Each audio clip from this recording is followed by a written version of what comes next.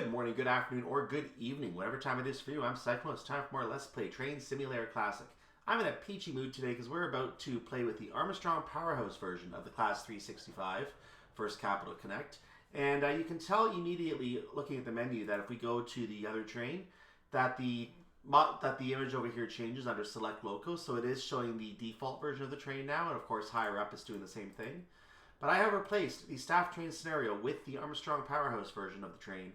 And I've also changed all of the other trains in the scenario, the 365s. I haven't touched the 43, but I've changed all the 365s to the Armstrong Powerhouse version as well. So we're going to get to hear the better audio on all of those trains. I've set the destination boards to make sure all the destination boards are showing the right destinations. So you can just look at the front of the train and know where they're going without having to look at the header of the train, which we're going to do anyway because I've researched what they all are in the case of this scenario. So we're going to go ahead and also show some different parts of setting up the main train that are involved in this scenario because we're now using that version of the train. It's actually a 9-step process. Many of the steps which I already do, but it's a 9-step process, a few steps added as a result of the EP. And I believe the DVD is the driver vigilance device is also going to be activated, so I'm going to have to remember to use that. If I can, I'll try to deactivate it because I have the keyboard controls and I should be able to do that. So I have a list of keyboard controls and I should be able to do that. We'll talk about that as we get going. But for right now, let's just get into the scenario. I do find that guide for doing that. But let's get into the scenario and let's look at this Armstrong Powerhouse Enhanced version of the Class 365 on a basic included scenario with the route. Let's go.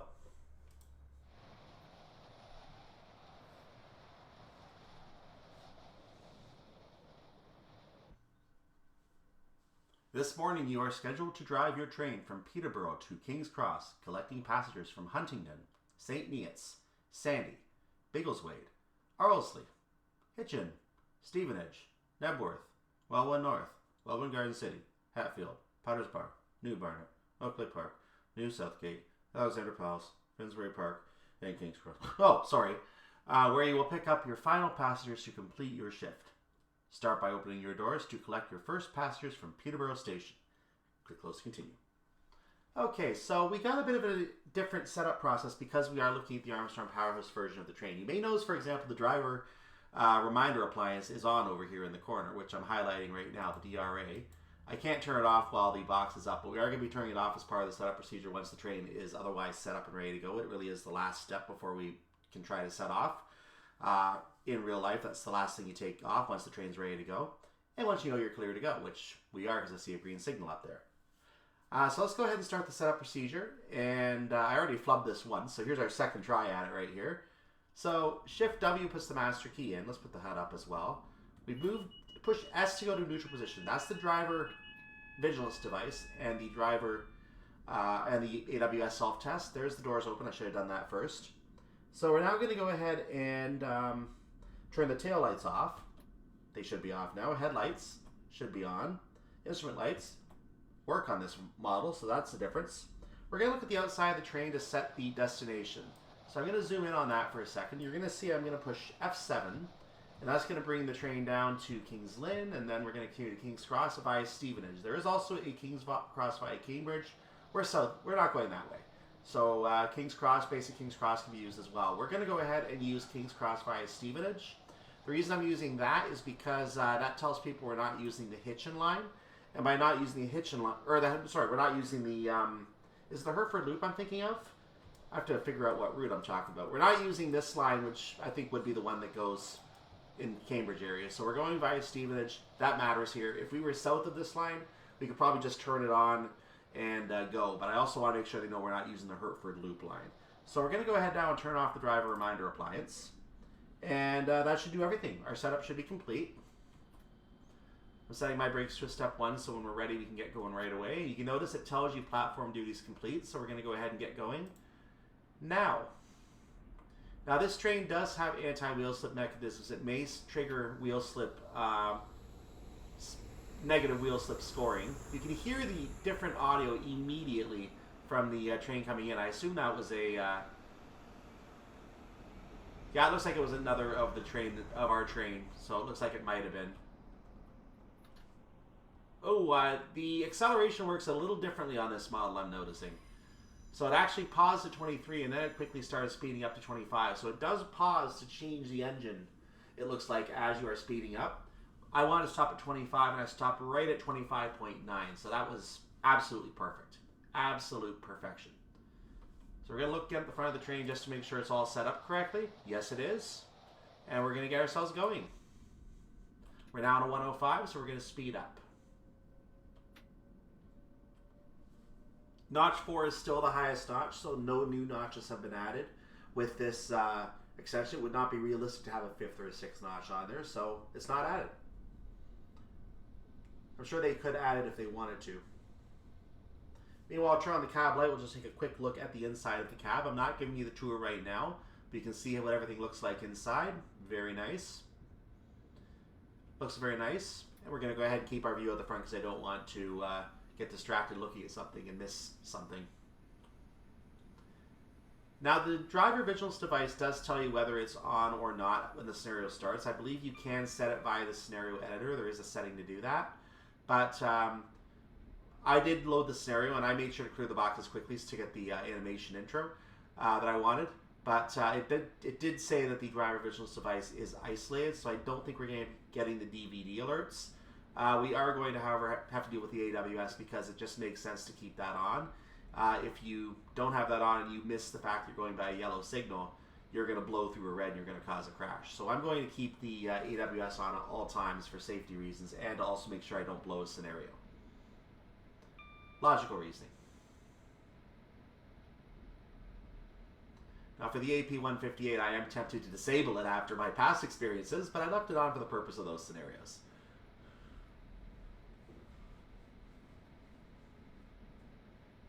If you do disable it, you have to make sure you pay full attention. You can't be distracted when there's a possibility of a yellow somewhere. If you are going to drive with it disabled, well, in real life you can't. But for game purposes, in the case of the 158, it actually does make sense. The AP 158 on the other route, the leads to Manchester route through, I suddenly forgot the name, Huddersfield. Suddenly forgot the name. The Huddersfield route, I should say, the Huddersfield line.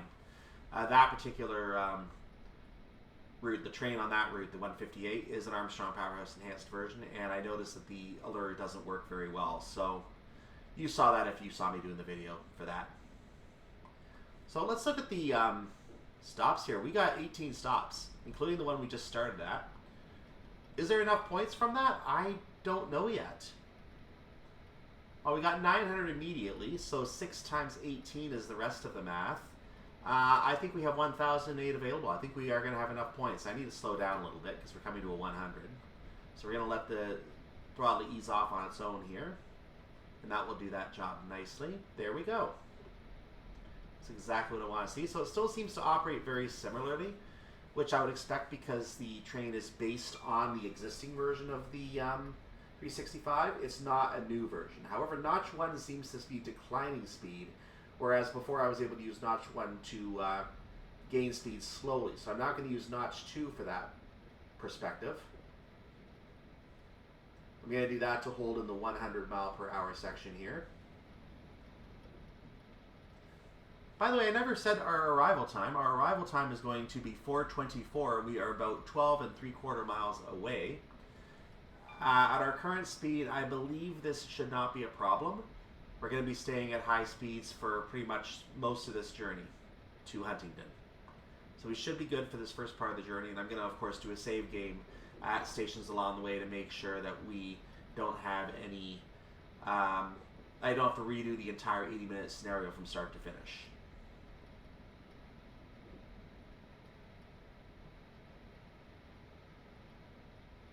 Well, I can go 105 again. Let's go up to Notch 4 again.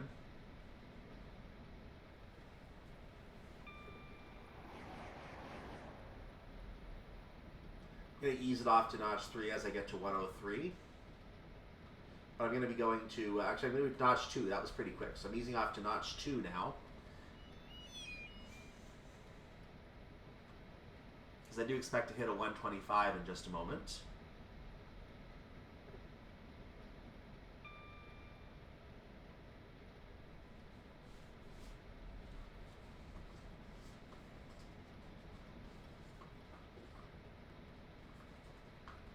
And the first thing I'm noticing is I'm able to actually go to 103 in this train.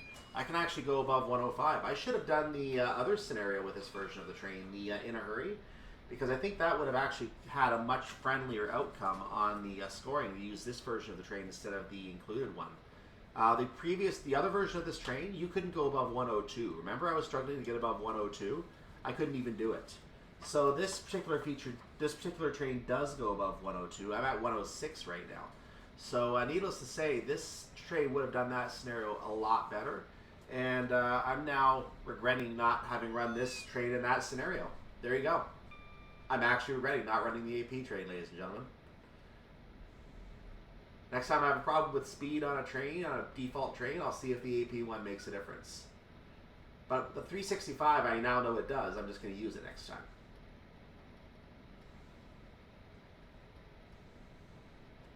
Because this is the last default scenario, and this is the way I want to introduce it. So there you go. We also have 3 scenarios, I believe, and I don't know if they're on this line or if they're on a different line. They might be on a different line, but I do have the 365 scenarios now installed for the Armstrong Powerhouse version of the train, so if I have all the stock for them, I will look into doing those for you in the future as well. In the meantime, let's look at some of the, I'm not going to do all of them right now, but the keyboard controls, I'll try to talk about some of the keyboard controls that are different. Apparently the numpad plus has a break hold button, the plus sign. I'm not going to use that because if I use that, I'm going to end up stopping my recording because the plus sign is my record end button. That's a bad idea. We're not going to do that. The L is the cab light, which I can show you. That's the cab light. We already did that once. The dead man's pedal, the DVD reset is E. That's the driver vigilance device. So our foot is basically on the pedal all the time. And every minute or so, it would normally beep at you. We're not going to let it beep at us today. I already showed you the blinds resetting the destination display, the 7 and the 8. We're up to 115 miles per hour now. Apparently Shift F7 and Shift F8 also changed the destination display, but I don't know. I think it might change the via section, so you can have the main destination and only change the via section of the board. So I could change using that now because I have King's Cross up. But if I had something like St Neots up, I wouldn't be able to do that. So that wouldn't work. If you are using a different train operation method, R is the way you would close the doors. So if you don't have a guard and you're doing it yourself, then R would close the doors. There are other door release buttons, U and O, which I think work in that operation, so you wouldn't use T in that case. We know about the driver mount appliance. I'm not going to try and should do while I'm driving, but it's Y. The driver to guard bell, I'm not really hearing it, but supposedly pushing C does that. Anything else I want to point out? Driver vigilance device turning it on and off is Control D. So if you want to use it, Control D will turn it on. It starts off isolated. The head code displays are F3 to F6 using the Control key. I'm not gonna fuss with those. We know how the headlights work. Shift H does it anti-clockwise, so in a different direction. Instrument lights we know. Master key is already in. Pantograph is already up. There's not much else we want to talk about. Tail lights, wipers we know, and the rest of it doesn't matter. There you go. Now you can use the enter key on the numpad to actually turn visual aids on and off. So let's say you're taking a picture of the train outside the cab as you're driving, and all of a sudden an alarm goes off. You can actually have a visual aid activated by hitting the numpad enter and making sure those visual aids are on. You will be aware that it's happening. You can then push Q outside the cab and it'll go away, and you can carry on checking what's going on and then keep going. Now my train seems to be holding at 118 miles per hour. I am hitting a slight downhill, but I'm not sure if that's going to affect me. But it means I can't necessarily go 125. That's okay. We can tolerate that. We're 2.5 miles from Huntingdon. We're about 2.5 minutes from having to stop, so I think that works out. Is that our yellow? No, that's a something else. Is that a fire? What is that?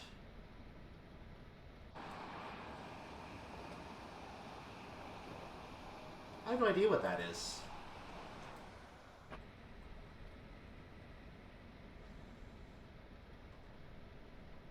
Oh, we got an alert for the speed. I didn't even lower my speed. Let's try and do that quickly. That was stupid.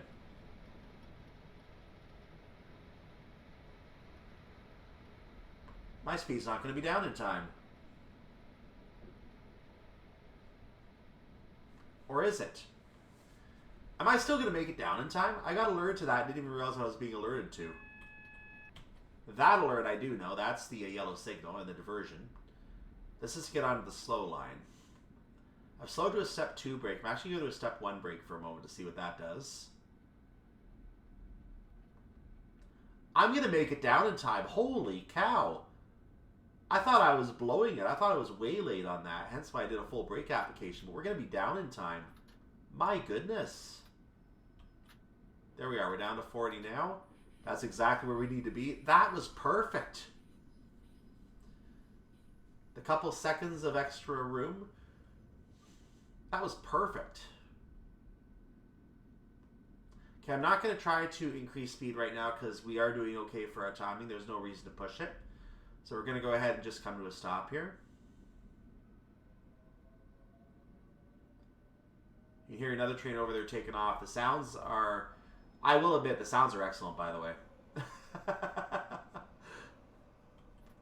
You think sounds don't really mean anything, but if you have the right sounds, it really enhances the experience. I'm actually thinking of doing the some other enhancements now a little early, even though I want to show off the train as it appears in the game first in other cases. Doors are open at Huntingdon, platform number 2.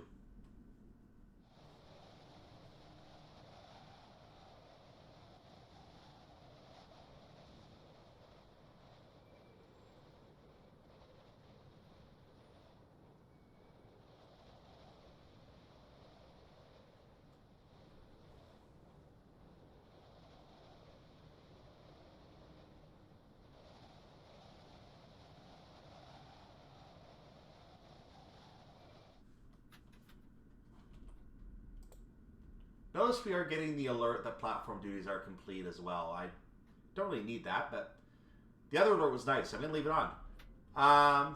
Leaving Huntingdon, our next stop is St Neots. We are 7 miles away from that, so we're going to get ourselves up to 75 ASAP, and we're going to carry right along.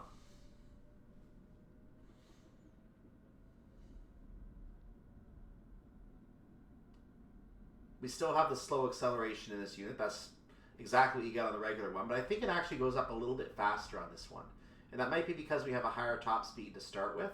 So I think that might be related to why that happens.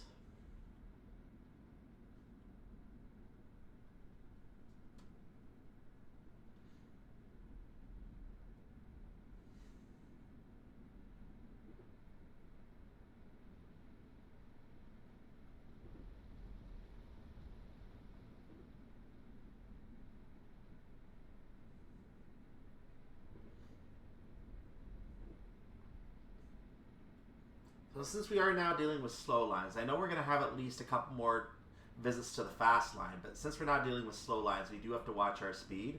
We're going to have speeds of 70, 75, 80, and then getting towards King's Cross, we're going to find ourselves under a 60 and a 45 as we get near there. But most of the time, we're going to be under these 70, 75, 80 speeds the rest of the way. We will have a couple chances to get on the fast line again where the slow line does not exist.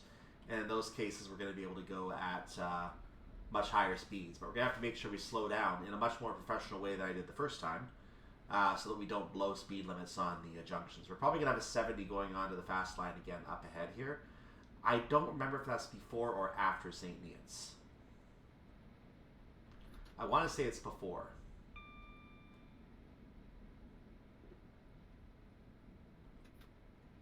So I'm keeping a notch 1 throttle and going to idle whenever I get into the 75 a little bit.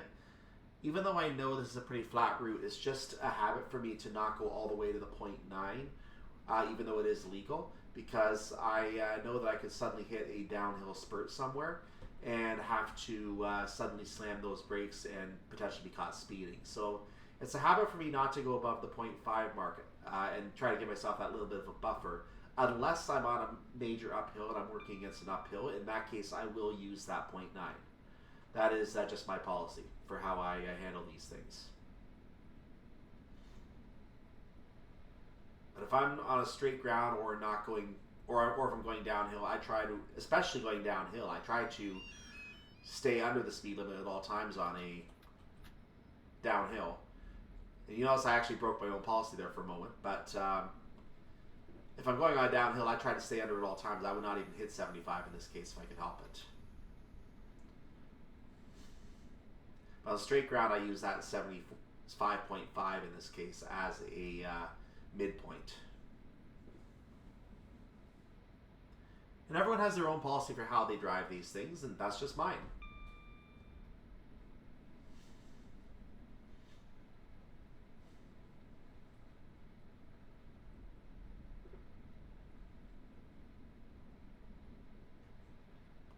Now, since I have not played the original version of this scenario, I can't comment on how the timings are in terms of the original train.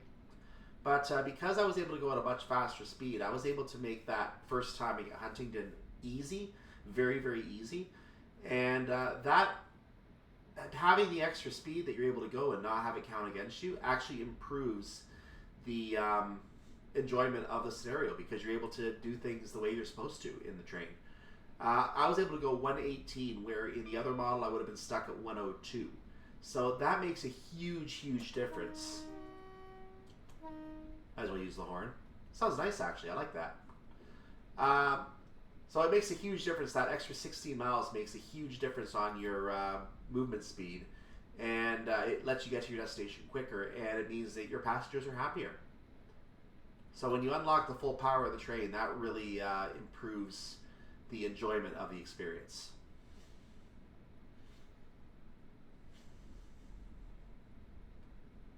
Now, maybe in real life you're not allowed to take that train to 118. Maybe you're supposed to treat 100 as your limit. But again, the way the timings in these scenarios are set up in the early days of Railworks, and even in the early days when it became Train Simulator, let's just say that scenario timings were not very well done in that regard.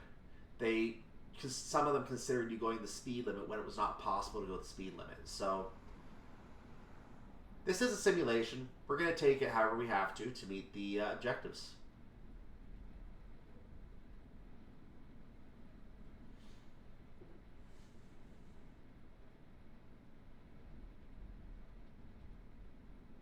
Oh, I need to get down. I went to put throttle back on, and I forgot I was coming up to an... Oh, I meant coming to an 80. What am I doing? I don't need to slow down. Okay, that's a mistake. I'm still gaining time, but that's a mistake.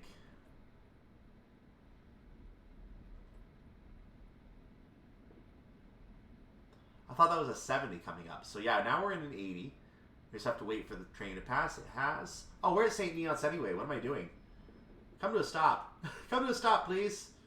Need to stop now.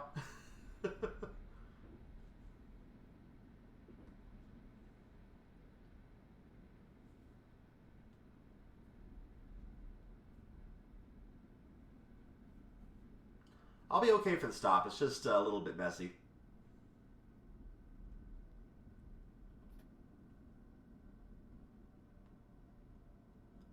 All right, now we're going to do a step 2 brake. And as I come alongside the indicated building mark there, which you can actually see a building there, that's where I'm going to put the, what normally used to be called the full service brake, but I realized that was a little too powerful, so I'm going to move up a little bit more.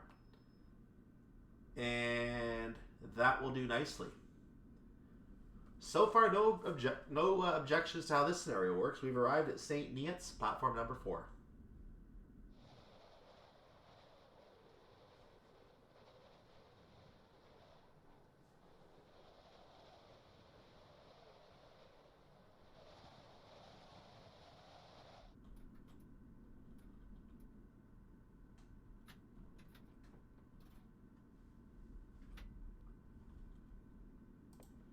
Leaving St Neots, our next stop is Sandy. We are 7.5 miles away from there, roughly. I just noticed while I was getting ready to take that screenshot that I actually do not have guard operation on. I am on the other version of doors opening on this train, which I'm not used to because, well, I've been driving the default model. So I should talk about how that works a little bit because of that. I'm probably going to go ahead and change it over at... I'll simulate picking up a guard at a future stop here, so I'm going to go ahead and just try to get used to it. But what I'm going to have to do is push the right button to open the doors on one side of the platform. I can use the T button to start passenger operations. But what I'm going to do is I'm going to then sometimes take advantage of the opportunity to get a screenshot of the doors opening.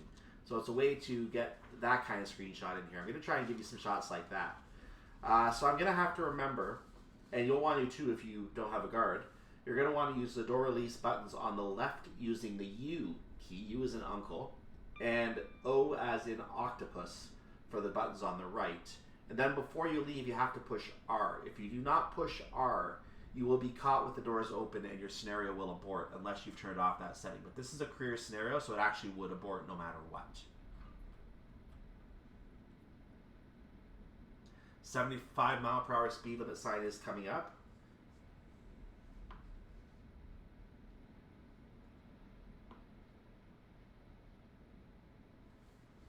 So just for reference purposes, Control R changes your method of doors opening. So it will give you a guard operation or a driver only operated. So if you want to simulate, if you want to properly simulate how a train would operate, and you know a guard gets off at a certain spot, but there's a couple more stops to make, you can change the guard operation to driver only operation and vice versa for when you want, if you want to assume a guard gets on board.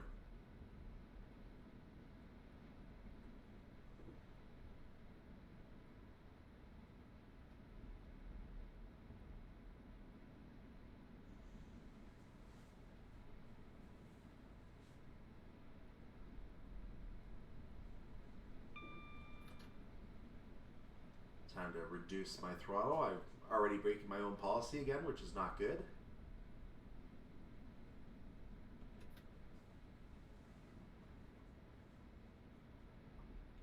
Currently we're shown as being slightly late here on the ETA. I think that will change because we do have 4.5 miles to go, or 5 miles to go. And that will give us a chance to make up some time. In fact, I've already gained some time back. So this is going splendidly.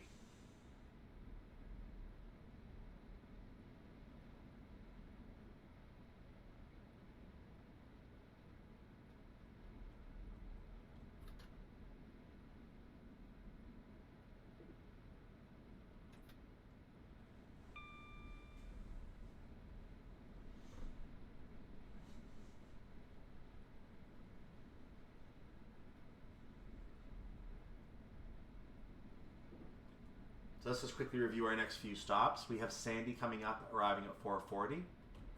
Let's make sure our throttle's not doing what we should do.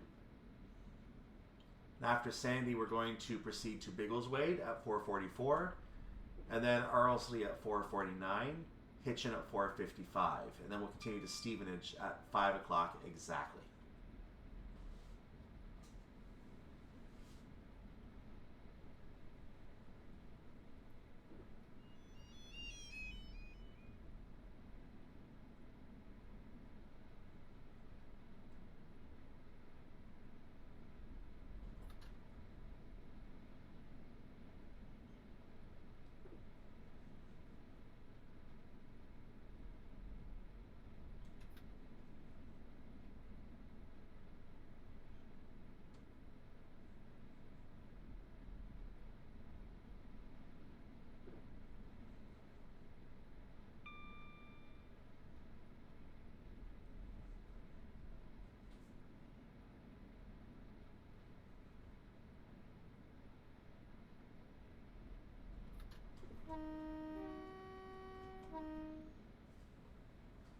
I will miss these whistleblows from time to time, but if I see them in the corner of my eye, I will respond to them. Lost a little too much speed for my liking on that section.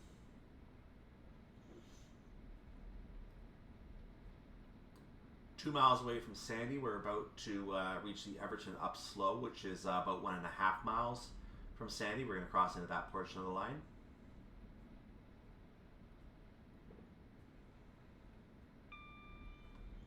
See some lightning in the sky.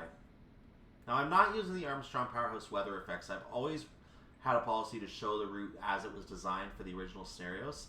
I'm going to look into whether I can selectively install the, like if I can have the weather effects installed but not actually apply it to any route and then apply it manually. That way I can show the way the route was originally designed and later show the enhanced weather possibly as part of going through a DLC. But for right now, I'm going to leave everything vanilla. I'm going to have to look into how that works in the installer. So I may have to play with that a little bit. Oops.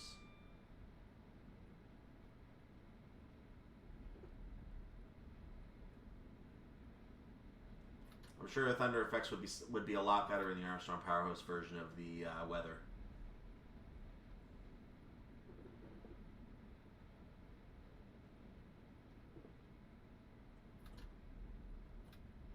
I'm going to put a step 1 brake on now. We're going to move to a step 2, which I should have done in the first place now that I think about it.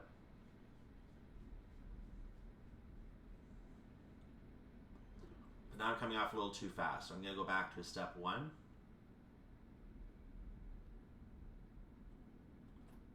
We're just going to toggle it between those settings because that seems to be the range I want to make my stop in. I'm going to use a full service or step 3 when I'm within the platform. I'm not going to go beyond into emergency naturally. Okay, closing to step 1 for a second.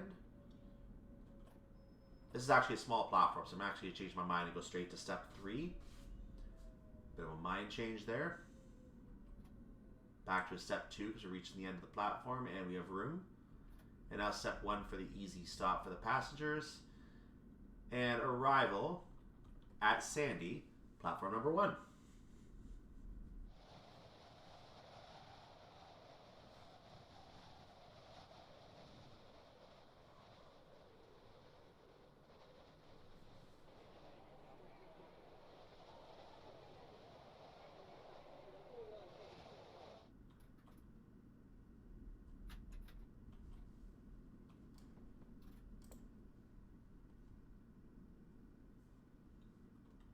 Leaving Sandy.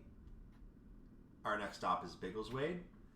Our station stops are going to get a little closer together now starting at this point. We have 3 miles to go to Biggleswade.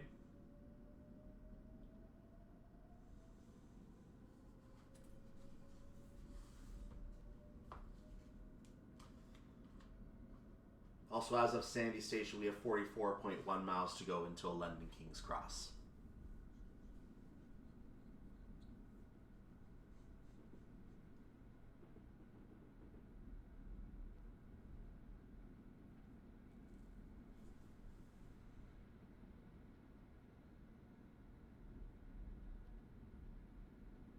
As you can see, we are so far managing a perfect score here. We got all 4 stops perfectly. This is actually a very interesting scoring mechanic because it looks like there's actually... Oh, based on this score, we would be at 996 points by the time we reach Alexandra Palace, unless I'm doing my math wrong. But that's what it looks like to me.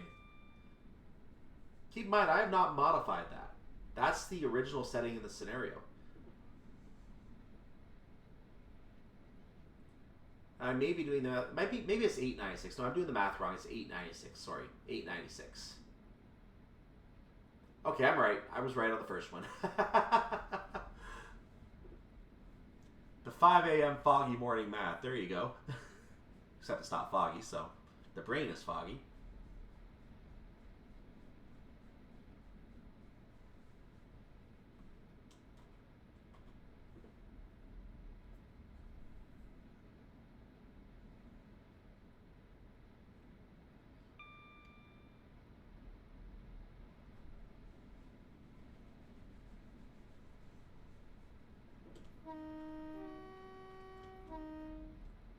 Now, I have not been doing a good job of showing you opening the doors from the cab because I've had to remember I can have to push U or O to have the doors animate as being open. However, I still have to push T to start passenger operations as far as I know. So I'm going to try just opening the door using U or O this time, depending which side of the station I'm on. I'm going to see if that actually starts the boarding operations without having to hit T. I'm curious to see how that works.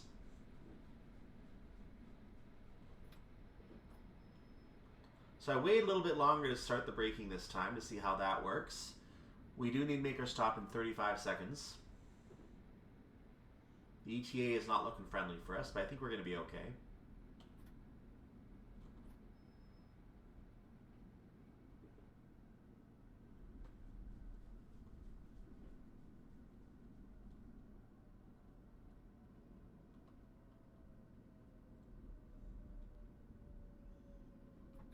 put a full service on because I want to make sure I get to a stop on time. I may be slightly late at this point for the timing. We're going to find out.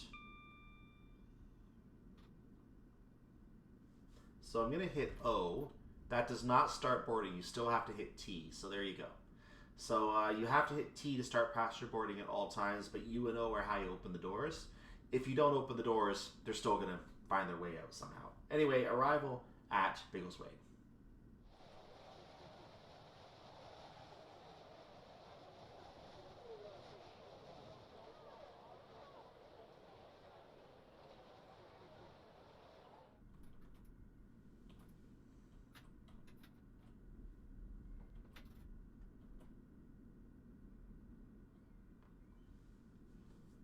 Leaving Biggleswade, our next stop is Arlesey. Notice that even though I had the train up to a notch 4, I was not gaining speed. The train seemingly will wait until the doors are closed before you take off, which is what you expect in real life. So, nice touch. Very nice touch.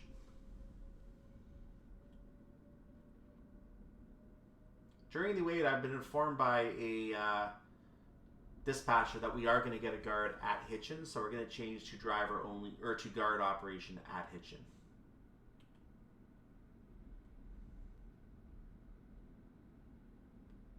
Apparently he rode in from Cambridge to join our service, and he's going to be running that. Like, this is an early morning service, so I don't know what the normal operation method is for trains on this route, but we're going to go ahead and assume that we were picking up a guard. That way we can show both modes of operation.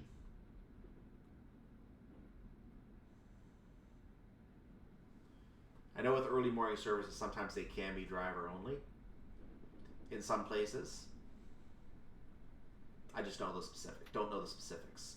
I've not been in notch 4, so I've been slowing or speeding up a little slowly, so to speak.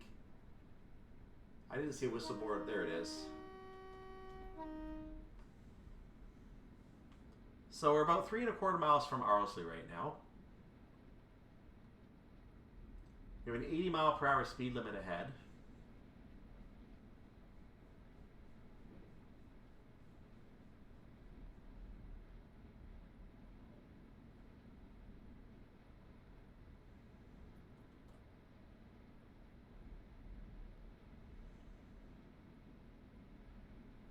Another whistle board coming up.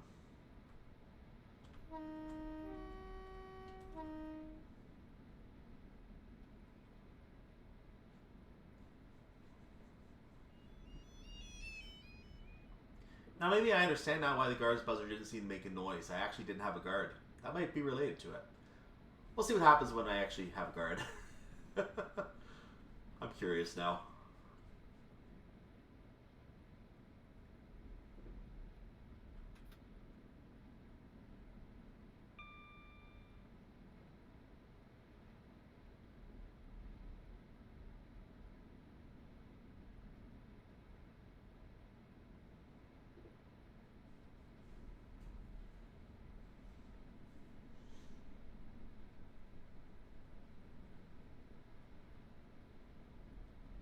So we're now under an 80-mile-per-hour speed limit. Arlesey is coming up, but I will take a little bit of extra speed anyway. Because I lost a little bit of time there, I'm going to have to take advantage of what I can get here. What I do like is that the stops seem to be timed for 0-0 on the end in all cases. So whoever made this scenario definitely considered the way that the train simulator scoring system works in setting those stop times, from what I can tell. As far as I'm able to tell.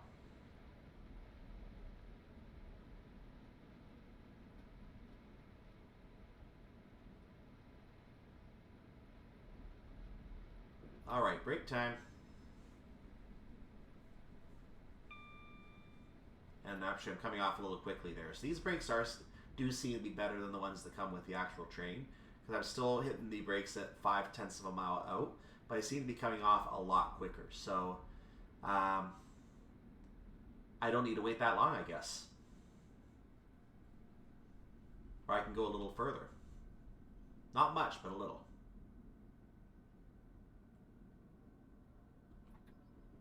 I'm now in what is normally known as a full service brake application. Moving it back to step 2 as I come in. Back to a full service.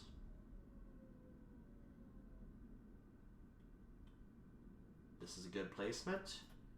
And doors are open, and I'm going to go ahead and make sure the left side is open, so so passengers can get off on the left platform at Arlesey.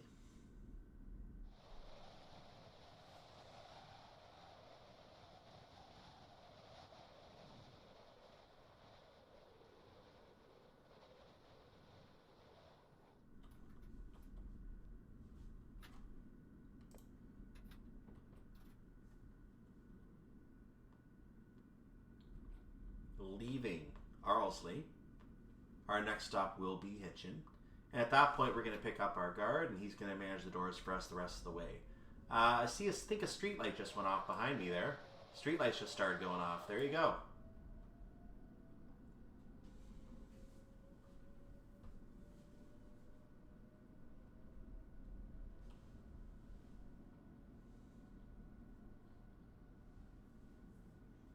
So 450 in this seasonal setting seems to shut off the street lights.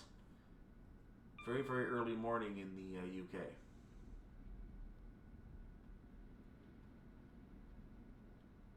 I believe the UK is at a higher latitude, or I believe it's the latitude. Yeah, it's a higher latitude than where I live, so I'm not used to seeing daylight this early. I'm sure this is perfectly normal for people in the UK, though. And the further north you get, like to the Thurso or whatever it's known as, to the most northern regions, where the far north line is located in Inverness and Kyle of Kilsh, or however you say that, I'm sure that they get the sunlight even earlier, like probably 4 or 3 o'clock in the morning during the summer. But then during the winter, you're getting dark at about 3 in the afternoon or 2 in the afternoon. So there is the flip end of it as well. And if it's summer and you're going up to that area, it's a nice place to be in the summer, I'm sure, because you get lots of daylight. But in the winter, it's probably cold and dank, and your car doesn't want to start sometimes. So yeah, you probably don't want to be up there during the winter. Because it's so far from London, they're not going to be trying to give you all the services to London there for sure. Unless you're going by train, then they might try and clear the tracks for you. But even that probably is limited up there. I don't know. I honestly don't know. So it looks like I'm going to be flipping around between notch 1 and notch 2 for this one, because I don't think notch 1 is helping me gain any speed. Might just be a hold. Notch 1 might be a hold pattern at this speed. Nope, it's gaining. Very, very slight, but it is gaining. So, there we go. We are almost 2 3/4 miles from Hitchin. Past that now.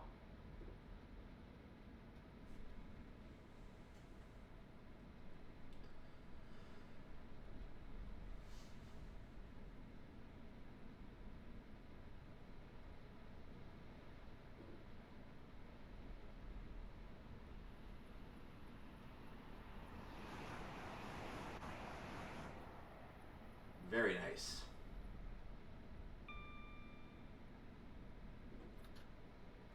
Gonna bring the train back down to exactly 80, and I'm gonna put the notch 1 throttle back on. Actually hit 79.9, that is fine. We do have a 70 up ahead, but it's worth noting that we're gonna have to be slowed below 70 to stop at Hitchin anyway, because that is within 2 miles of the platform. We should be well under 70 by that point. So we're not concerned about that speed limit. We're only concerned about it on the other side. There's a yellow on the fast line. I guess we're going to be rejoining the main line at this point, perhaps. That might be what's going on. Double yellow up there.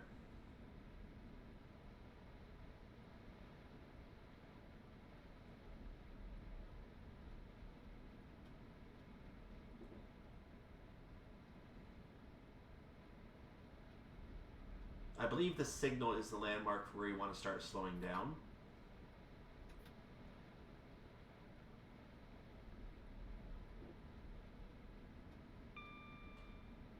So there is a signal. At the signal, we're going to start with a step 2 brake application. That seems to be the right spot, actually. Maybe slightly early.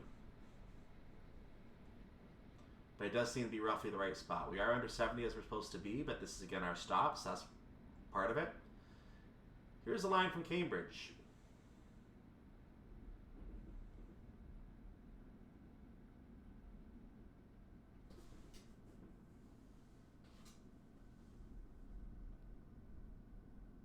We should be well on time for this stop.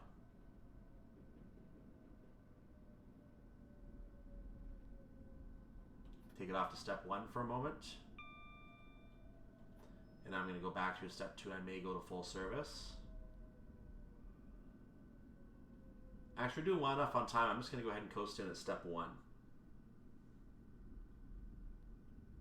A little bit more, because it's coming off a little slowly for my liking, but we want to make it nice for the passengers. So here we go. Arrival at Hitchin. Opening the doors on the left. I'm going to set guard operation now, as we're going to have a... I have to close the doors first. Okay, I'll do that after. But in any case, arrival at Hitchin.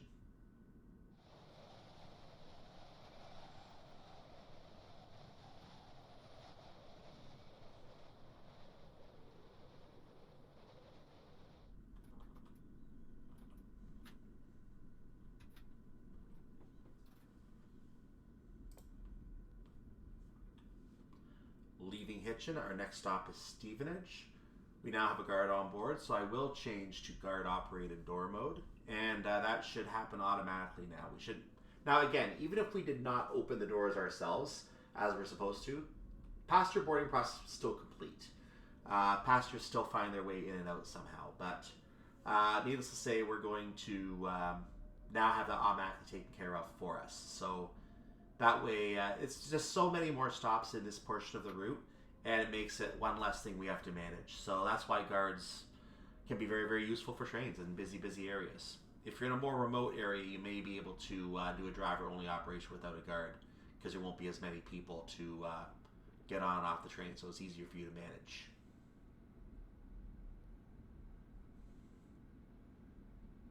Again, I'm sure someone will tell me in the future that I should have had a guard for the entire journey, or I should not have had a guard at this time of morning. I don't know. Someone's going to probably tell me that in the future. But I'm getting to show you both ways of operating the trains, so that's fine.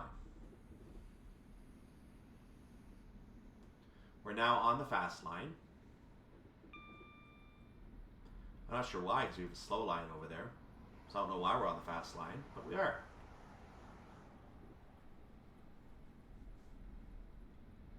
We're only going 3.5 miles to Stevenage.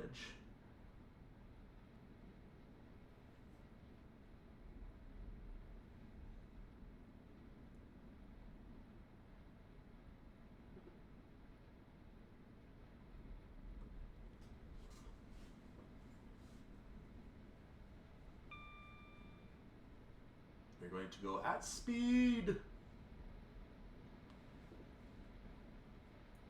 So perhaps we were put on this line because maybe another slow service using platform 1. They wanted to make sure we were out of the way. That could be, maybe there's a slow service starting at platform 1, and that's why we were moved to this platform.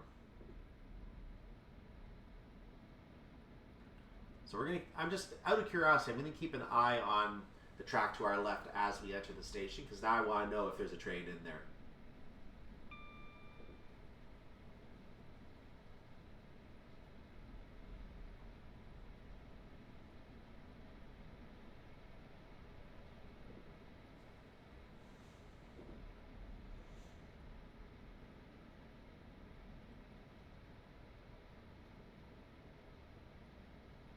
You see the station is coming up in the distance there, 1.6 miles away from the entrance. Because we are going a little faster, I'm going to have to account for a little more distance before I start braking. So that's an important factor in this stop.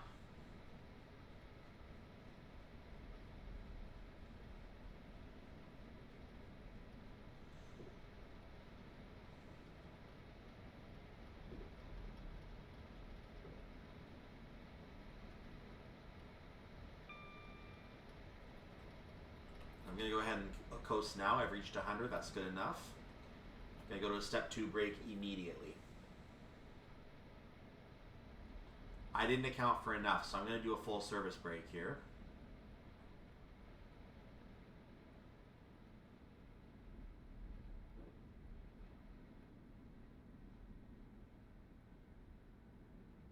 Or maybe this is normal. Again, I don't know. So I should be able to ease to a step 2 brake at this point. I've done so. What's on the left track?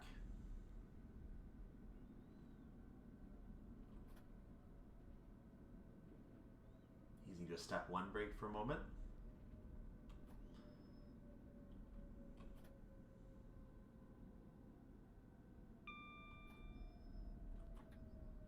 Nothing on the left track. Well, that's a shame.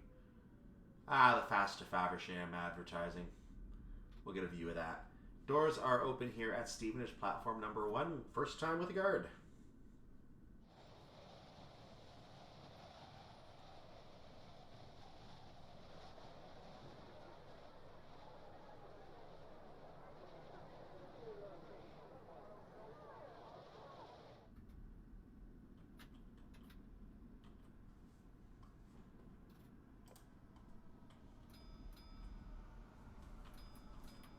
Hey, the guard's buzzer now works. Leaving Stevenage. Our next stop is Knebworth. So now I know why the guard's buzzer didn't work earlier, because I didn't have a guard.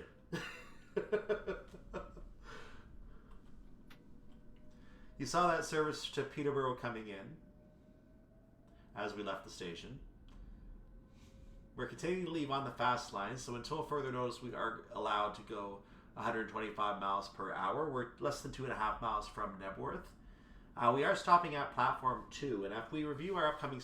That's not how we review.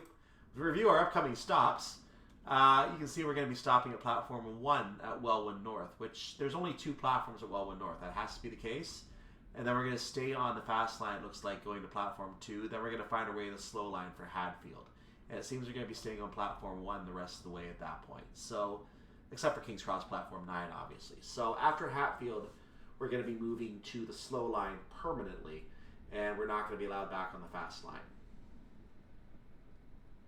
So we've got a few stops on the fast line, and we're going to work with that.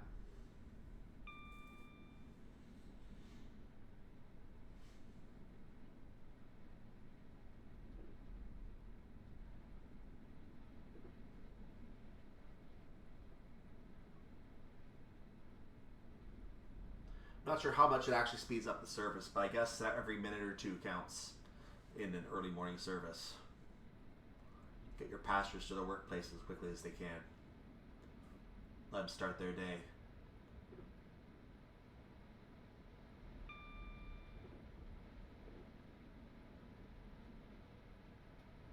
Both lines are green.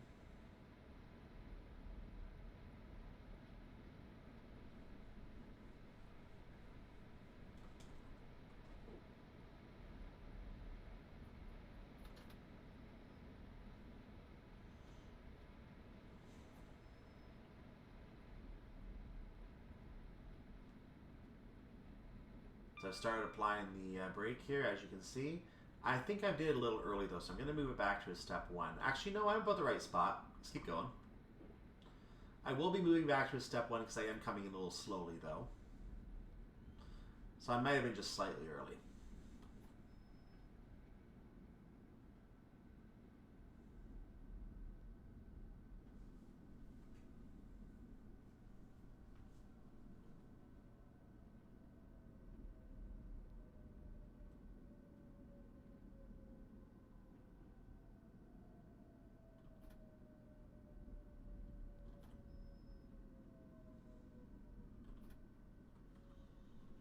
Trying to plan my stop here in Knebworth to not pass the end of the platform, but I want to get close to the end in this case.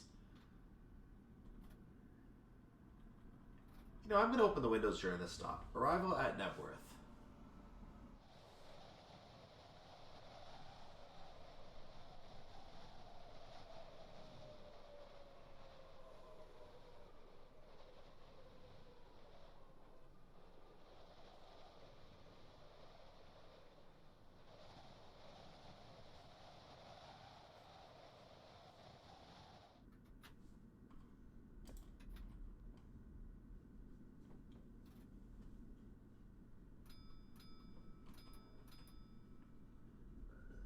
Leaving Knebworth, our next stop is Welwyn North.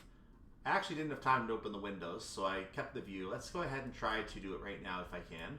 Is the window going to work? Does the window work on this train? No, there are no windows to open apparently. Well, now I know. Other side? Nope, no windows. Okay, that's a shame. Can't open the windows.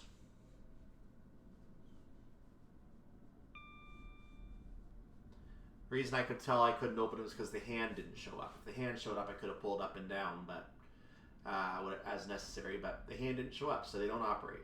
Oh well. Not all trains have power windows, or hand-operated ones for that matter.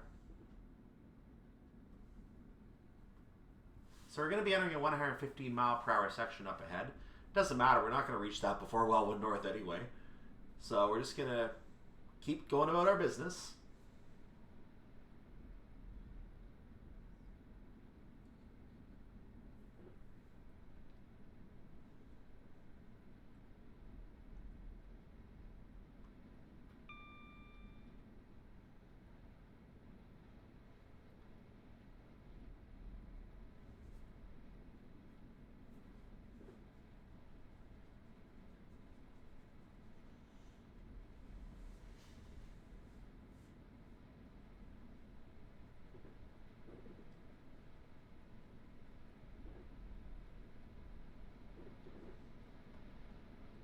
Again, I don't know if the train just has better mechanics in terms of speeding up and slowing down, but I seem to be having no problems with these timings.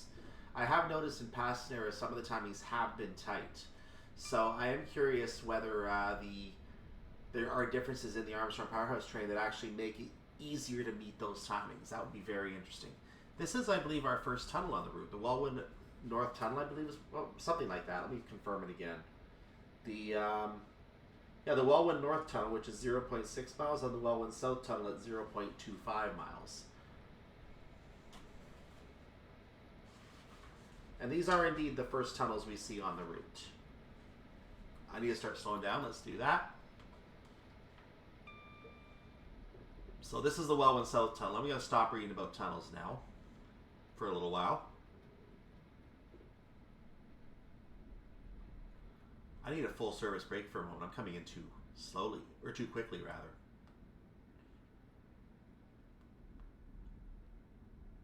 Take that down in a hurry. I'm coming in way fast. I'm going to have to keep... nope, I can take it off to 2 now. That's good.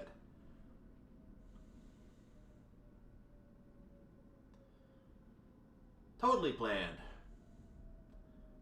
By the way, at 504 points, we are at the halfway point for our stops. This will now put us into the first stop of part number 2, so to speak. If you count the initial stop as a stop, and the game certainly does. I should have come to a stop a little quicker there because now I'm risking time. But we have arrived at Welwyn North, platform number 1.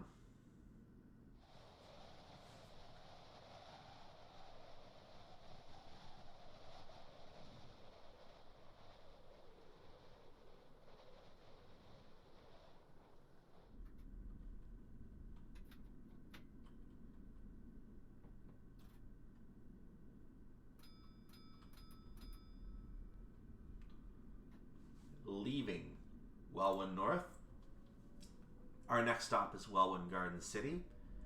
This stop is a nail biter, ladies and gentlemen. That's the only way to put it. Look at the time we have to arrive by. When you see a 50 on the end, that means you have to arrive by 10 seconds after that point or you're late. We're going to be late because we were slightly behind on seconds coming into this stop.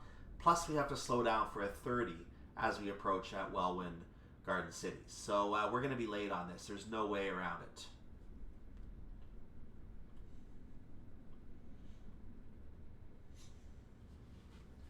If I somehow get that train stopped on 00 immediately, that's going to be a great result.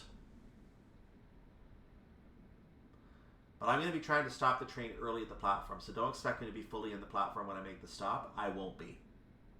Unless I misjudge it. Which I do sometimes.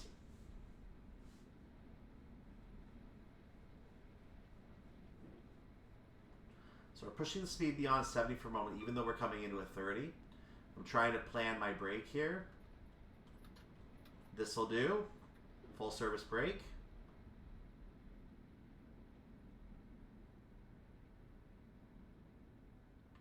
This can still come down in time, I believe.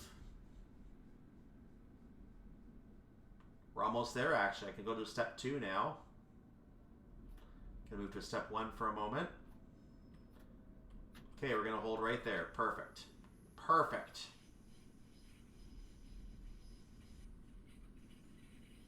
This is the best chance we're gonna have to make this stop perfectly. So I'm going to try to stop the train at a right moment that I can get the doors open quickly. This is that right moment.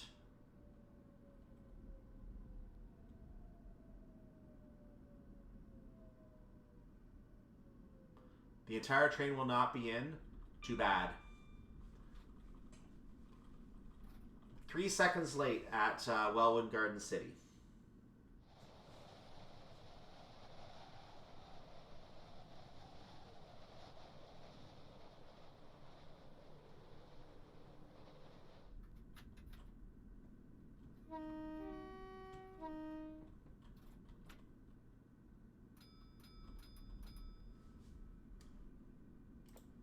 Leaving Welwyn Garden City and now going through the platform. Our next stop is Hatfield. Getting up to 25 miles per hour quickly and dropping the throttle off. No, not yet, not into brake. Don't go into brake. Stop going into brake. Thank you. We are at 25. I'm going to notch it up just a wee bit here to give myself a little extra space here, and that'll work. So you notice we did take a 3-point penalty there. Again, that's just, I said some nice things about the way the timings were set up earlier. That's one where I'm not very happy. That's one where I would say, what the heck were you thinking? Because the scoring system looks at the end of the minute, meaning that you only have 10 seconds to make the stop after that point. So I'm not sure why that's such an important stop to make that tightly, but oh well. We do have the extra 8 points to work with, so we can take that penalty. And just to tell you how hard that stop is from where I was, I took 3 attempts at it. The first was 10 seconds. The second was 4 seconds with a slight speeding at 31, losing me 4 points, meaning I had a perfect 8-point penalty. And that was the best result at 3 points with no speeding. So I'm going to have to accept that. There's no way I would have been able to make that stop perfectly. And you're seeing just how tight that stop is. So you may want to try to plan your stop at the end of the platform. Let me just review where I was. For the stop at, is it for Welwyn North? Thank you. For the stop at Welwyn North, you probably want to plan your stop right at the end of the platform. You may even want to consider overshooting if you can, just to give yourself that little bit of extra time to make that stop. Just a potential consideration. So I'm stopping at 75 miles per hour. Actually, no, I am going to go a little faster now that I think about it. I can go a little faster. Famous last words.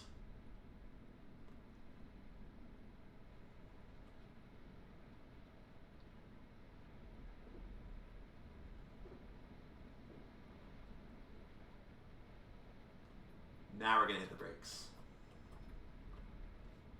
This will be a full service brake application. I'm going to move it to a step 2 because we're doing okay. I'm going to finagle between step 3 and step 2. Right now I'm okay for coming down to 40 miles per hour where I am. I'm going to actually go to a step 1.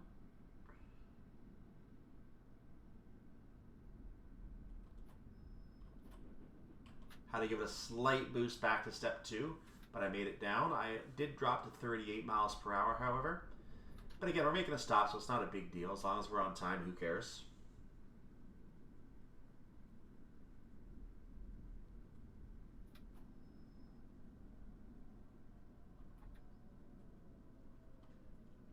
I was a little late on that brake application, but given I'm late for the station stop, I kind of needed to push it. So we're going to go ahead and take that, and hopefully we're on time. Doors are open at Hatfield, platform number 1.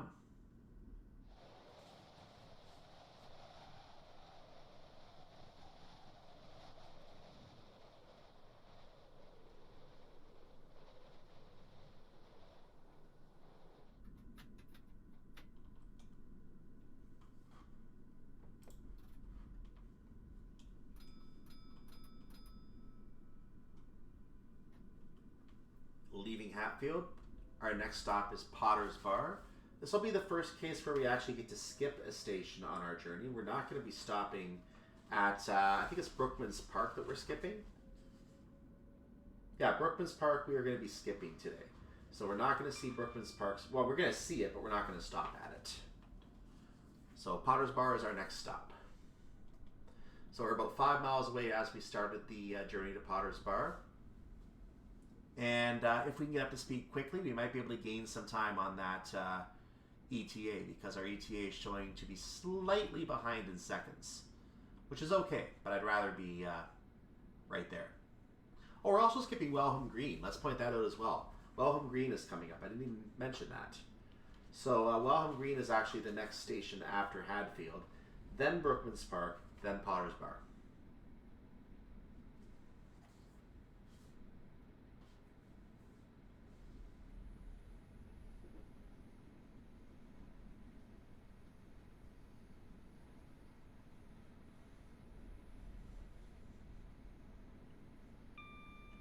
So I'm getting myself into a good situation in terms of timing right now.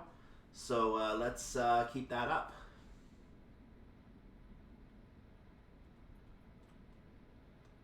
Down to a notch 1 so I can try to maintain a good speed here.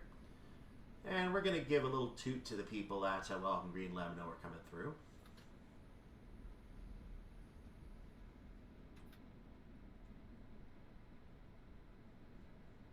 There is a 55 coming up at Brookman's Park. I dislike that. But unfortunately, it is part of the challenge of driving that section.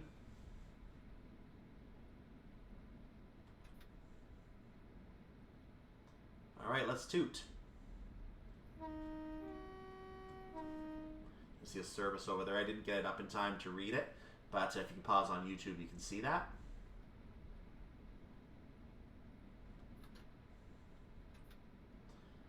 I'm going to hold my speed for a little bit here because I can afford to. It's really about 2 to 3 tenths of a mile out. I'm going to need to start slowing down.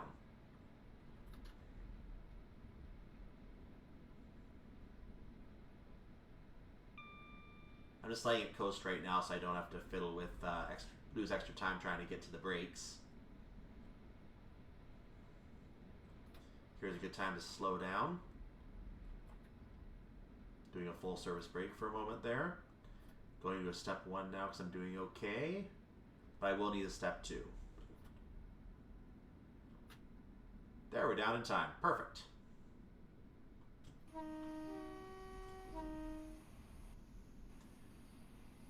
Hello, everybody. Goodbye, everybody.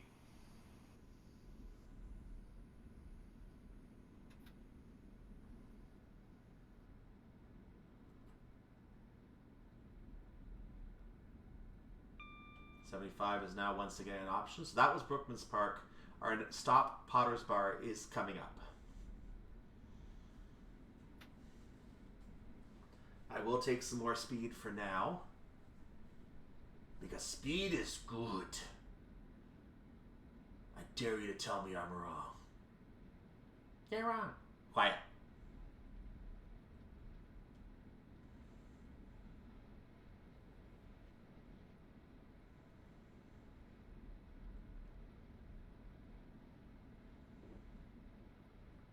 We're actually going to get close to our speed limit again. We actually are going to hit our speed limit again, which is fantastic.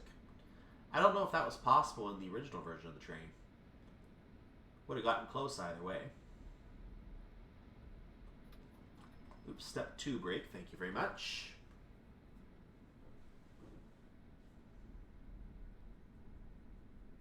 Okay, I'm going to go to a step 1. And back to a step 2. I probably should just be using full service brakes at a certain point. That's probably the way to do this. But most of what I've been doing so far has been okay, so.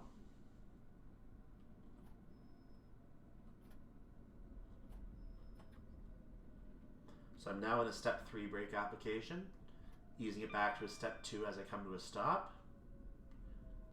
And I now need to stop, so I'm just going to go ahead and stop wherever I am.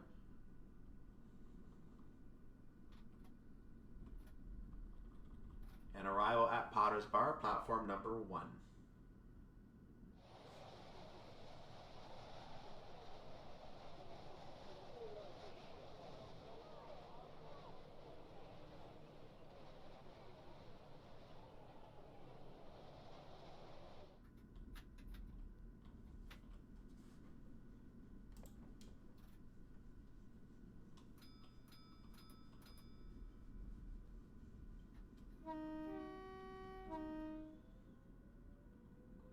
Leaving Potter's Bar, our next stop is Oakleigh Park, which is about a little less than 4.5 miles away from us.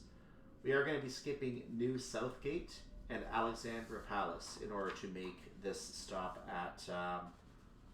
wait a minute, where is Oakleigh Park? I'm looking at the wrong information. Let's try that again. We're going to be skipping Hadley Wood and New Barnet to make our stop at Oakleigh Park. There you go. I was looking beyond Oakleigh Park. My mistake.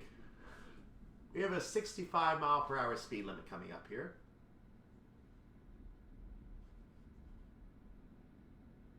So we are at notch 4. We are gaining speed as fast as we can right now.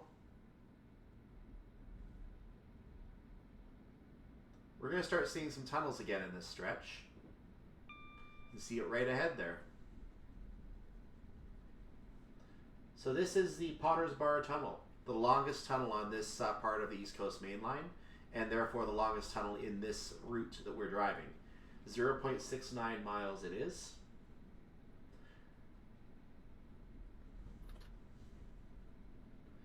It'll be followed by one of the shortest tunnels on the line, but we'll talk about that when we get there. Possibly the shortest tunnel on the line.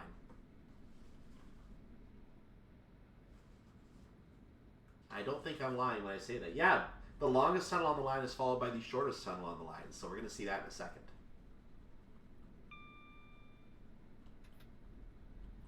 Putting some throttle back on.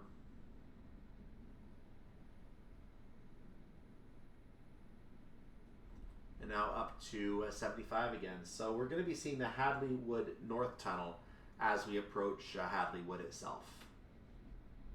You can see that tunnel straight ahead.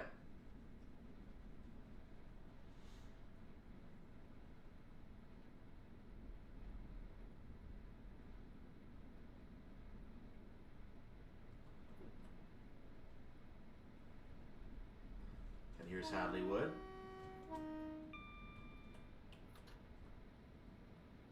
This is the Hadley Wood South Tunnel. So the Hadley Wood North Tunnel is 0.13 miles, the shortest on the line.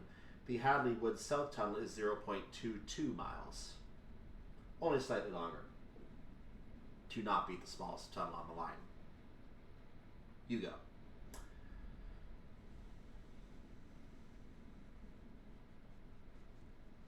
We're going to be approaching New Barnet. It's not showing up as a waypoint in the hidden task in the scenario, so it's not showing as a waypoint, but we are going to be definitely seeing New Barnet as we go by it.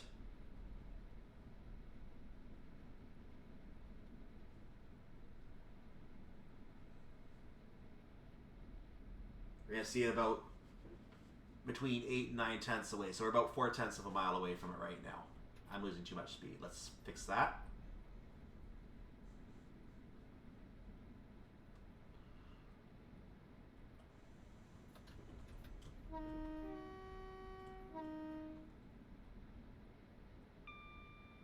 Just warn people not to be tearing around by the edge. Very fast train coming through.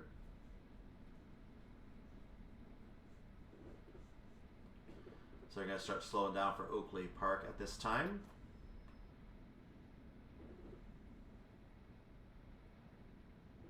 We have lots of time for this stop, so I'm not too concerned about this one. We should be okay here.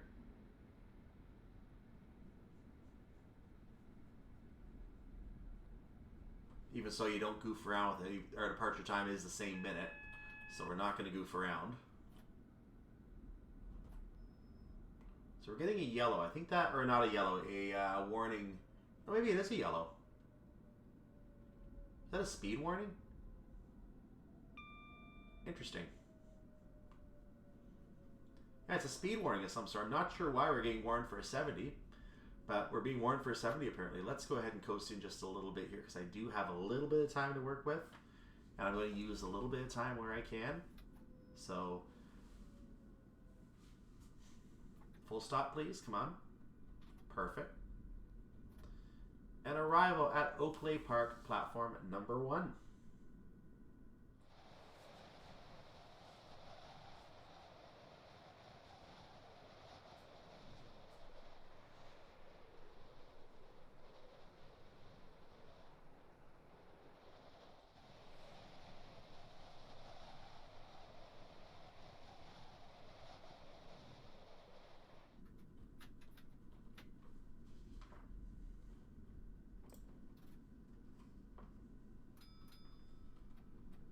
Oops. Try that again. Leaving Oakleigh Park, our next stop is New Southgate. So, contrary to what I said, leaving Potter's Bar, we're not skipping New Southgate. It is a stop.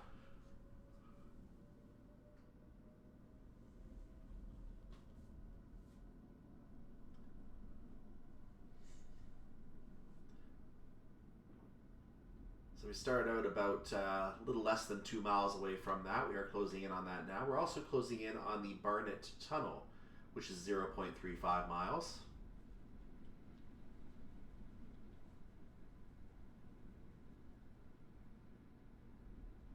And as we leave that tunnel, we'll be about, I don't know, 6-7 tenths of a mile away from entering the station.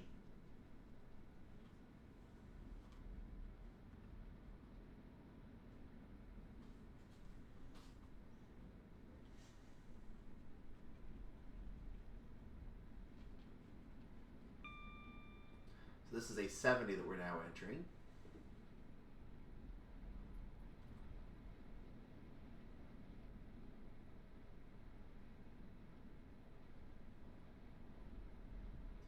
And we've hit 70.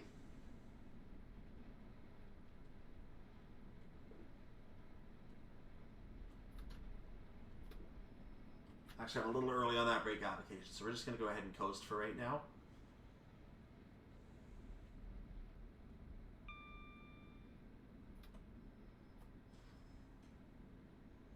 I'm interested in the timing of this stop. 6:30:28. Why the random 28 seconds on there? Oh well. We're going to be before that anyway, so it's fine. I am actually coming in very, very slowly. I'm going to keep a notch one throttle on for a moment. And now I'll resume the braking.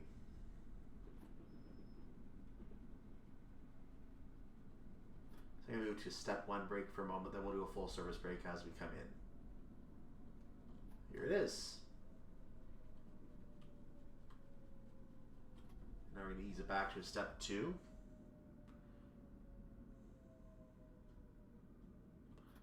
And step 1, and we're going to continue down to a step 2 again. All right.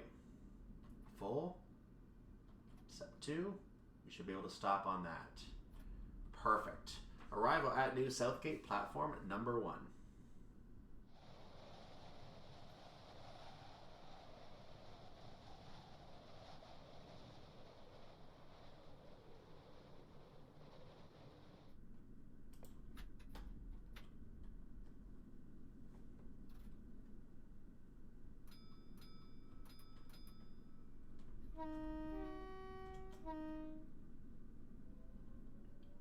Leaving New Southgate, our next stop is Alexandra Palace. Sorry, I stumbled on that.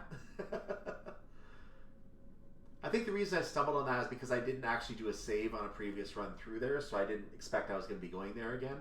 So, yeah, I did something stupid. I didn't save when I was there. So there we are. We're going to Alexandra Palace again.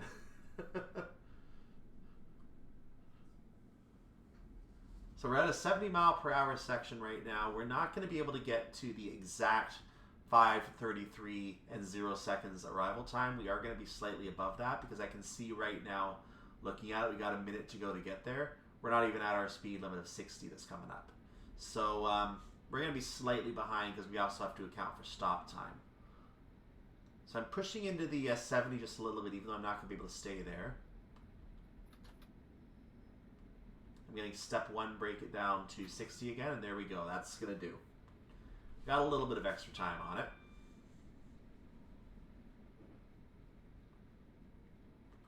Because I can, oh, we have a 1 in 81 gradient we're now inching along here. But it seems that's going to ease off before we hit the speeding section, which is good. We're going to go ahead and use a full service brake to try to make this a little easier for us. So a full service brake from a little closer. And I might have been a little early on the full service brake attempt there.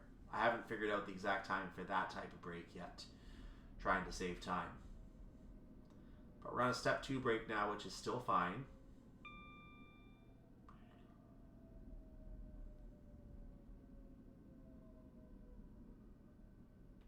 We're going to do the full service brake now. I need to get the train stopped. We should be on time though. And that's arrival at Alexander Palace, platform number 1.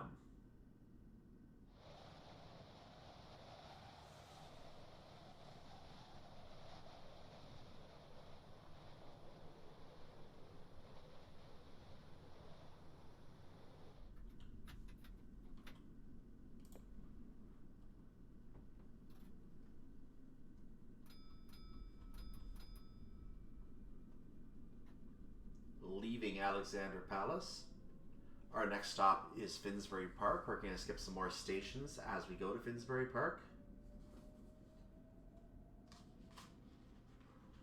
I forgot to mention the Wood Green Tunnel. We passed through that on the way to Alexander Palace. That was a 0.4 mile tunnel. That is the last tunnel until the approach to King's Cross, where we have our final 2 tunnels on the route. We're now approaching Hornsey Station. We're also going to be passing through Haringey Station. Now, after Haringey Station is going to be the diversion to Drayton Park. We do not take this diversion. And something I want to point out very quickly is that I found an extension to Moorgate that was created by GU Studios, the same people that made the class, I want to say it was the 317 they made. I'm not 100% sure, but I think it was the 317. It was a train that's on the Armstrong Powerhouse site. I know they're working on a 745, 755, which I think is for Alan Thompson Sim. So I know that they have been involved in a couple of payware train projects before and making trains for that. But this is one of the rare route projects that they've created. I haven't seen any other routes from them besides this and a Norwich extension somewhere, which apparently was removed from the site in 2022.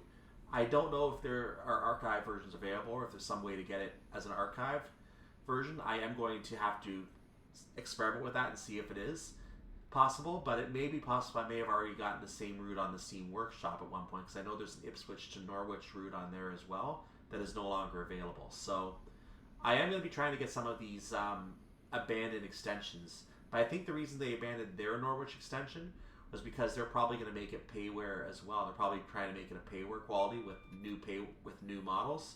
So this is Haringey.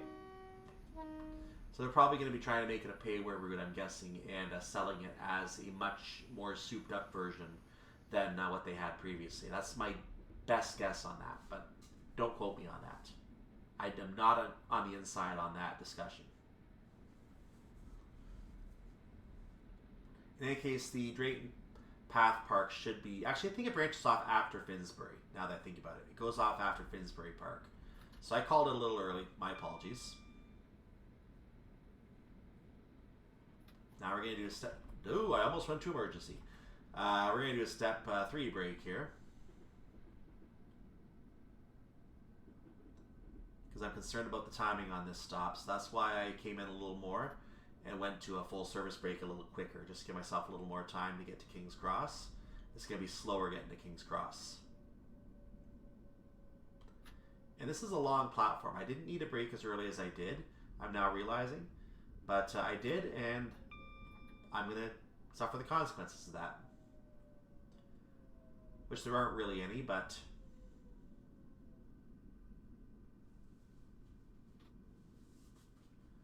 So arrival at Finsbury Park, platform number 1, only 4 seconds late. Should be fine.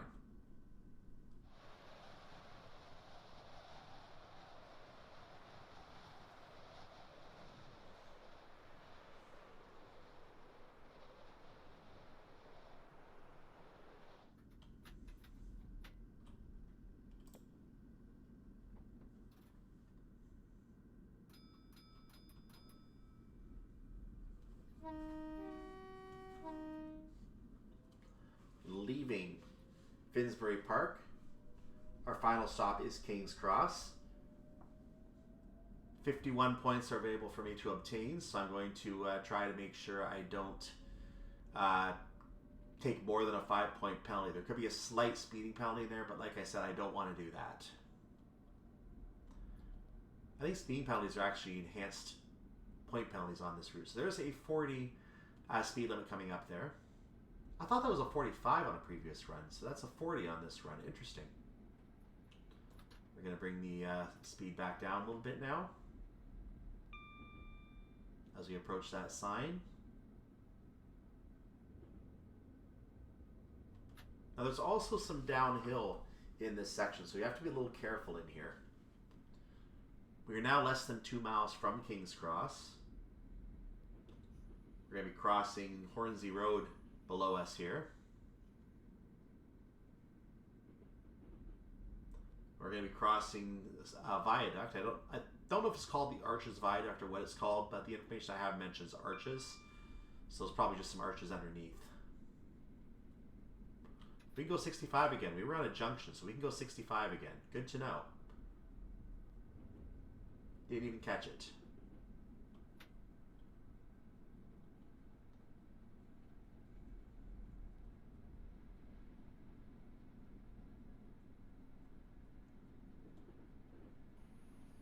We're going to be cut to a 60 in just a moment here. We should be getting an alarm for the 35. Or a green signal ding. That works too.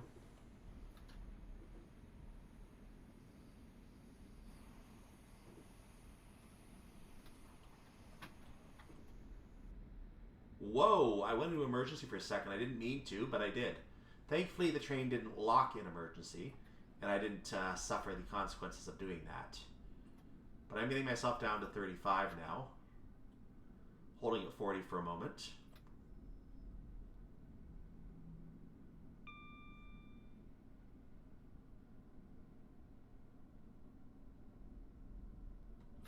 So this version of the train does not lock in emergency. Even if it should, it doesn't. And I'm actually happy that it doesn't now.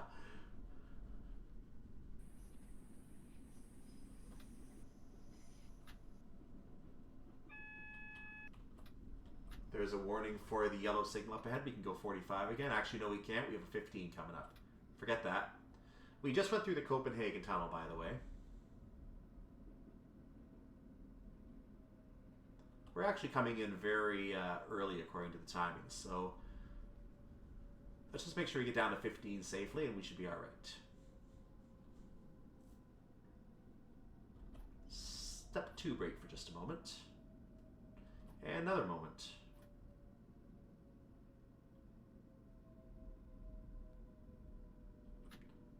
That'll do. No, it won't, because we're on a downhill. 1 in 107 is going to give us some speed on the train, so we have to keep that in mind.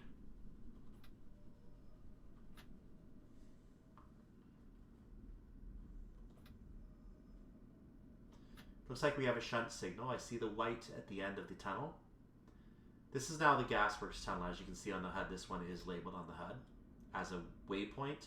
The reason is because we have to get to a certain platform, and waypoints are done in the tunnels to direct us towards the correct platform. That's the reason for that. Otherwise, the game may put us in the wrong direction. And trust me, that's happened to me before. And if you end up in the wrong direction, you could have very unfortunate things happen. You can see a train hanging up out in there. That train's going to be heading to Stevenage in a moment. It should have left by now, actually, according to the information I see on it. But it will be going to Stevenage. We have a full minute to make our stop, so I'm going to come all the way in.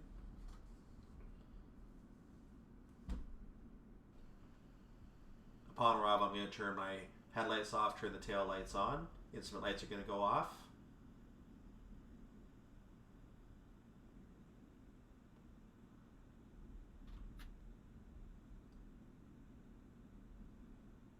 Continue to the buffer, please.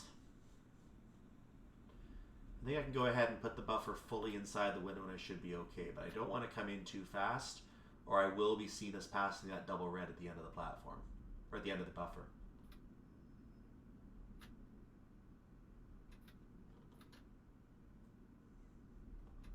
little more.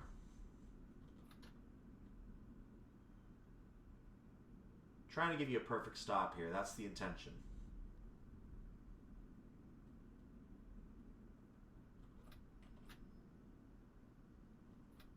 That'll do. That's good enough. Arrival at King's Cross, London King's Cross, platform number 9. Let's look at the train. As you can see, the front cab doors did not open. It's because my train has moved the driver position into the area behind the barrier. Even though the doors are both available, the doors will not open at this point because we're too far forward. So apparently the game wants us to stop before the barrier begins for the doors to open. The rest of the doors did open further down the train. So, but that's a proper stop towards the buffer. That's how you can do that. In any case, well done. That was a successful drive. We should have our perfect score. Let's go to the menu and find out, shall we? Off to the scoring screen. Up to Peterborough is the final achievement I'm really going to be worrying about on this route, it looks like. I don't think there are any other achievements I need to pick up here, but I'm going to do a very, very quick search to find out, because I want to find out if that is indeed the case. I should be able to find them very quickly. And I'm going to try and do that very quickly while I'm with you here, because I'm curious what achievements I might be missing at this point. If I can even look them up. So looking along the information I have here, it seems every single achievement I'm finding so far is acquired. And yep, every single achievement is acquired. There's nothing left. There is nothing left at this point. So we are going to assume that all achievements are unlocked on the East Coast Main Line South. All 10 of them, it looks like. 1 for driving the train, 8 for the scenarios, and another one for driving the train a certain distance. And also that served as our introduction to the Armstrong Powerhouse Class 365 expansion pack. There are, of course, other reskins on there, but I didn't want to use the wrong reskin because it would have been a case of, oh, that's not the right train, you dummy. Well, yeah, of course it's not the right train. No. I wanted to make sure I drove the right train on there, so we did keep the same skin. We're going to see other skins in the future as well, so we'll keep an eye out for those when the time comes. I am looking at a scenario pack that actually uses the old sound pack and some reskins from the sound pack that went with the sound pack, that used the sound pack sounds. I believe the skins are actually in this version of the DLC now, the enhancement pack, and it may be possible to just switch those in instead of using the old sound pack. I'm assuming the sounds in this pack are better than the ones that existed in the sound pack. At least that's what you would hope anyway. So if I play that scenario pack, I may have to consider swapping those before I can even play the scenarios. Otherwise, the trains will just have no sound, or I'm going to have to set them up to have sound. I'm going to have to do that myself. So a little bit more complicated in that case. But in any case, that's a future time, and that would be another thing on the South London to Brighton line when we get there. Speaking of which, that is planned. I did find a set of scenarios from a workshop user I'm not going to mention right now that all use basic trains. I may again enhance some of them to be enhanced versions, but they do all use basic trains. It is possible that I could play those scenarios right now on South London to Brighton. So that is planned. I don't know if it's going to be the next thing I do because I'm now about over a month ahead of when I'm publishing this. So I don't know if I'm going to do that as my next item. I do still have to do my holiday items. So keep in mind there are going to be some holiday scenarios coming up here as well. I have found a nice bevy of them in the workshop, but a lot of them are for routes I haven't played yet. So in the future I'm going to try to play some routes that have holiday scenarios in the workshop. That way I can just go straight to them when the time comes next year. That's kind of what the idea is going to be for that. In the meantime, though, we are done for today. I do hope you enjoyed this first look at the East Coast Main Line South between London and Peterborough. We did see the York to Newcastle section in an old 70s or 80s or 60s, whatever you want to call it, style format with the HST and other trains. We're going to go back there and look at the Class 55, as I also have a Class 55 pack I want to look at, as well as the actual Delta DLC, which is also on Steam. So I have 3 separate things for the 55 here. I need to go back and look at that train on the East Coast Main Line for that reason. But I also want to pull out the Class 55 pack that is no longer available and that I have. I need to flaunt that because I have it. And I'm going to want to show off some scenarios on that pack as well. So that's something else we're going to be looking at in the future as well. I also need to look at the East Coast Main Line between Peterborough and York, and finally between Newcastle and Edinburgh. And at some point, the Scottish East Coast Main Line, which actually doesn't go by that name. I don't have the name on hand right now, but it goes by a different name than that. So It's not actually part of the East Coast Main Line, but that line does go to Perth along part of the Fife Circle line, which is a separate DLC on Steam as well. But the line to Perth is not on Steam. Wish it was, though. It'd be nice to have on Steam. But in any case, we're done. Have yourself a wonderful day, evening, night, whatever it is for you, your part of the world. Stay tuned for more Train Simulator Classic action next time, and maybe some Train Sim World at some point as well. I am thinking of doing some stuff on there now, because even though I have a lot of content here, I do have to do some stuff on there as well. There's just not as much content on Train Sim World. That's why I'm focusing on Train Sim Classic. And a lot of the stuff I can do on Train Sim World is already in Train Sim Classic too. There's that too. So we're going to stick with it for now at least. But where are we going to go? It might be South London to Brighton, it might be somewhere else. Stay tuned next time to find out. Like the video, subscribe to the channel to know when I post more content. Join my Discord server if you're interested in that. I will be happy to chat if you strike up a conversation there. Other than that, have a wonderful day, evening, or night. And wish you good health and all that until next time. I don't know where I'm going now with that, but I will see you next time. I'm Cyclone. See you then. Bye-bye.